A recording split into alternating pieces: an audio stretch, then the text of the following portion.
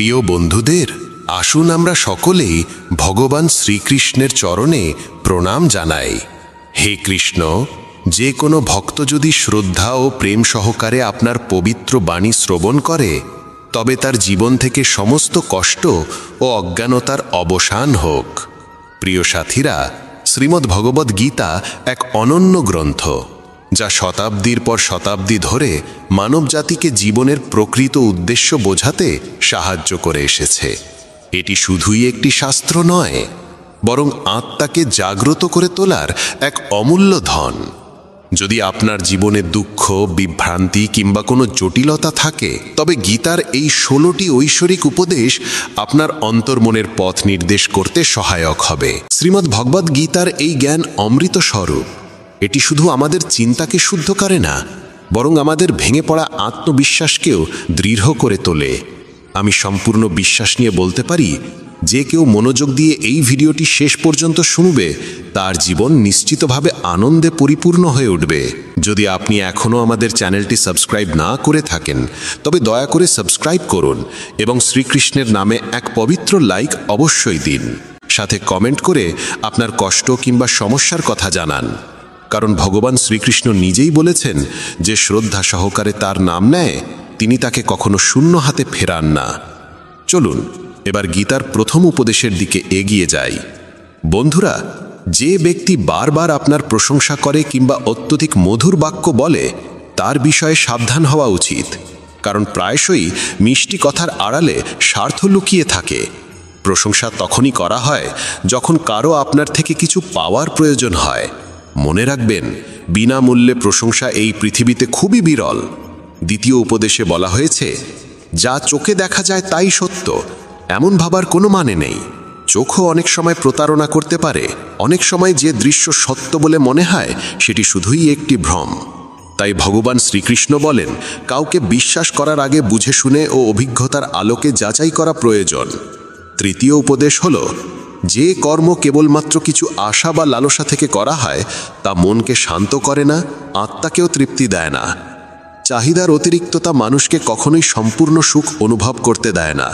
প্রত্যাশা অনুযায়ী ফল না পেলে মানুষ দুঃখিত হয়ে পড়ে।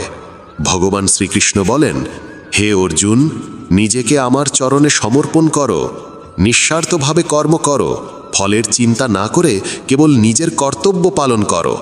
এতে করে মন নির্মল হবে এবং আত্মা শান্তি লাভ করবে। যখন মানুষ তার ইন্দ্রিয়ের অধীনে চলে যায়, তখন সে পথভ্রষ্ট হয়ে পড়ে। হিংসা, বিদ্বেষ ও কুটিলতার বীজ হৃদয় স্থান নিলে সে শুধু নিজের নয়, অন্যের কর্মের ফলও ভোগ করে। যে ব্যক্তি নিজের ধর্ম ও কর্তব্য থেকে বিচ্যুত হয়, সে জীবনে কখনো উন্নতি করতে পারে না, মুক্তির দিকেও এগোতে পারে না। শুভকর্ম নিশ্চিতভাবে ফল দেয় ও দুষ্টকর্ম তার সঙ্গে শাস্তি এনে দেয়।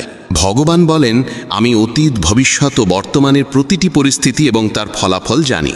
তাই কর্ম করার সময় ফলের চিন্তা করবে না। তোমার মনোযোগ শুধু তোমার ধর্মে থাকা উচিত। কর্ম যেমনই হোক, তার প্রভাব তোমার পেছনে ছায়ার মতো লেগে থাকবে, যতক্ষণ না তুমি তার পূর্ণ ফল ভোগ করো। সময়ের আগে এবং ভাগ্যের চেয়ে বেশি কিছু কেউ কখনো পায় না, যতই চেষ্টা করুক না কেন। প্রতিটি মানুষ জীবনে বড় কিছু পাওয়ার আকাঙ্ক্ষা রাখে, কিন্তু পরম সত্য এই, যা কিছু হয় ঈশ্বরের নির্ধারিত সময়েই তা সম্ভব হয়। সাধারণ মানুষ সবসময় সেই মহাপুরুষদের থেকে অনুপ্রেরণা নিতে চায়, যাদের কীর্তি সারা পৃথিবীতে ছড়িয়ে পড়েছে। কিন্তু কেবল বাইরের অনুকরণ করলেই কেউ মহান হয়ে ওঠে না, যতক্ষণ না সেই মহান মানুষের আত্মশক্তি, ত্যাগ, শৃঙ্খলা ও ধৈর্যকে হৃদয়ে ধারণ করা যায়। পৃথিবী তোমাকে তেমনই দেখবে, যেমন দৃষ্টিভঙ্গি ও শক্তি নিয়ে তুমি নিজের পথে চলবে। তুমি যদি অন্যদের প্রতি ভালোবাসায়, সহানুভূতি ও সদ্ভাবে দৃষ্টিতে তাকাও, তাহলে অন্যরাও তোমার প্রতি তেমনই দৃষ্টিভঙ্গি পোষণ করবে। মানুষ যখন নিজের ভেতরের আকাঙ্ক্ষাগুলিকে সংযত করতে পারে না, তখনই সে অসৎ প্রবৃত্তির প্রতি আকৃষ্ট হয়ে পড়ে। খারাপ অভ্যাসের জন্ম হয় তখনই, যখন আমাদের ইন্দ্রিয়বৃন্দ আমাদের চেতনার ওপর প্রাধান্য পায় এবং আত্মার কণ্ঠস্বর হারিয়ে যায়। বাহ্যিক সৌন্দর্যের মোহে পড়ে মানুষ নিজের আত্মিক উন্নয়নকে ভুলে যায়। ভগবান শ্রীকৃষ্ণ বলেন, যে ব্যক্তি নিজের ইন্দ্রিয়কে নিয়ন্ত্রণে রাখতে পারে, সেই প্রকৃত যোগী। যেমন একটি ছোট প্রদীপ গভীর অন্ধকার দূর করে দিতে পারে, তেমনি জ্ঞানীর একটি ক্ষুদ্র আলোকরশ্মিও আমাদের অন্তরের অজ্ঞানতা দূর করতে পারে। যখন বিশ্বাস ও বিবেকের প্রদীপে মনো অন্ধকার দূর হয় তখন জীবনের পথ নিজেই পরিষ্কার হয়ে যায়। যদি আপনি নিজের জীবনে ইতিবাচক চিন্তা ও আত্মবিশ্বাসের আলো জ্বালাতে পারেন তবে অজ্ঞানতা ও ভয় আপনা আপনিই বিলীন হয়ে যাবে। শ্রীমদ্ ভগবদ্ গীতার চতুর্থ উপদেশ এই যে অন্যকে নিজের শক্তির উৎস ভেবে নেবেন না। যারা বারবার অন্যের ওপর নির্ভর করে তারা ধীরে ধীরে আত্মবিশ্বাস হারিয়ে ফেলে এবং অন্তর থেকে দুর্বল হয়ে পড়ে। যতক্ষণ না অন্যের ওপর নির্ভরতা আপনার আত্মিক স্বাধীনতাকে আঘাত করছে ততক্ষণ পর্যন্তই তা গ্রহণযোগ্য। যারা মনে মনে এই ভাবনায় স্বস্তি পায় এই মানুষটা আছে, সে আমাকে রক্ষা করবে, সেই ব্যক্তিরাই সময় আসলে সবচেয়ে বেশি একাকী হয়ে যায়। যে নিজে জীবন সংগ্রামে জর্জরিত সে কিভাবে আপনাকে সহায়তা করবে? ভগবান শ্রীকৃষ্ণ বলেন, সত্যিকারের সহায় সেই যে আপনাকে কখনো একা ফেলে না, আর সে একমাত্র আমি। আপনার বিশ্বাস যদি ঈশ্বরের সঙ্গে আবদ্ধ থাকে তবে তা আপনাকে কখনো দুর্বল হতে দেবে না। যখন মানুষ আন্তরিক হৃদয়ে ঈশ্বরকে ডাকে তখন ঈশ্বর কোনো না কোনো রূপে সাহায্য পাঠান। পৃথিবীকে নিজের সহায় ভেবো না, এই পৃথিবী নিজেই অসহায়।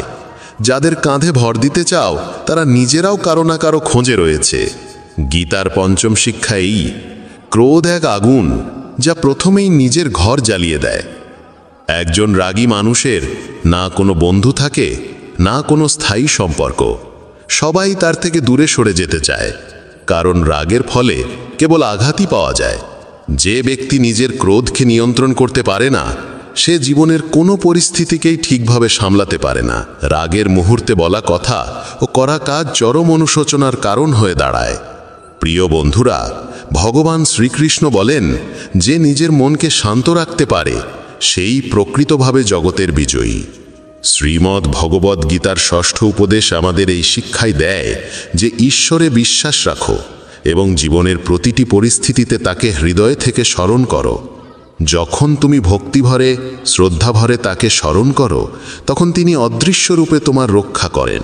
ঈশ্বর তোমার কথা শোনেন কি না এই প্রশ্ন তখনও পর্যন্ত থাকবে যতক্ষণ না তোমার মধ্যে শ্রদ্ধা পূর্ণতা লাভ করে।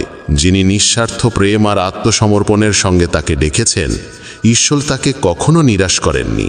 যদি তুমি কারোর উপকার করো তাহলে সেটা কখনো নিজের অর্জন বলে মনে করো না। উপকারের গর্ব করলে সেই কর্ম নিষ্ফল হয়ে যায়, আর তার থেকে জন্ম নেওয়া পুণ্য ধুলায় মিশে যায়। প্রকৃত উপকারী তো ঈশ্বর নিজেই। আমরা সবাই তার হাতে গড়া কেবল পুতুল মাত্র। যদি কোনো ভালো কাজ করার সময় তোমার মনে অহংকার জেগে ওঠে তবে জেনে রেখো সেই পুণ্যও বৃথা চলে গেল। যদি তুমি রাগের বশে নিজেকে ঈশ্বরের চেয়েও বড় বিচারক ভাবতে শুরু করো তাহলে বুঝে নিতে হবে তুমি তার সৃষ্টি করা কর্ম নিয়মে বিশ্বাস হারিয়ে ফেলেছ। মনকে সন্দেহ দিয়ে কলুষিত করো না, কারণ সন্দেহ এমন এক বীজ যা বড় হয়ে বিভ্রান্তি আর দুঃখের বিশাল বৃক্ষে পরিণত হয়। যদি কেউ তোমার সঙ্গে অন্যায় করে তার বিচার সময় ও কর্ম নিজেরাই করবে। তুমি শুধু তোমার চিন্তা ও কাজকে পবিত্র রাখো। উপকারের থেকেও মহান হয় পরোপকার, যেখানে কোনো লাভের আশা থাকে না, কেবলমাত্র সেবার অনুভব থাকে। চিন্তা করো না, চিন্তন করো। সমাধান সবসময় চিন্তনের গভীরে লুকিয়ে থাকে। মনকে সংযত রাখো, না হলে এই মনই তোমাকে ধীরে ধীরে তোমার পতনের দিকে ঠেলে দেবে। অশান্ত মনই মানুষের সবচেয়ে বড় শত্রু, আর নিয়ন্ত্রিত মন হয় তার সবচেয়ে আপন বন্ধু। জ্ঞান মানে শুধুমাত্র তথ্য নয়, সত্যিকারের জ্ঞান অভিজ্ঞতা ও বিবেকের সঙ্গে পরিপূর্ণ হতে হয়। যেই জ্ঞান জীবনকে বদলে দেয় সেটাই সত্য জ্ঞান, আর এই জ্ঞান যত বেশি বিলাবে ততই বৃদ্ধি পাবে। কাউকে বারবার সাহায্য করো না যতক্ষণ না সে নিজে দাঁড়াতে শেখে, নচেত তুমি তাকে সক্ষম নয় নির্ভরশীল করে তুলবে।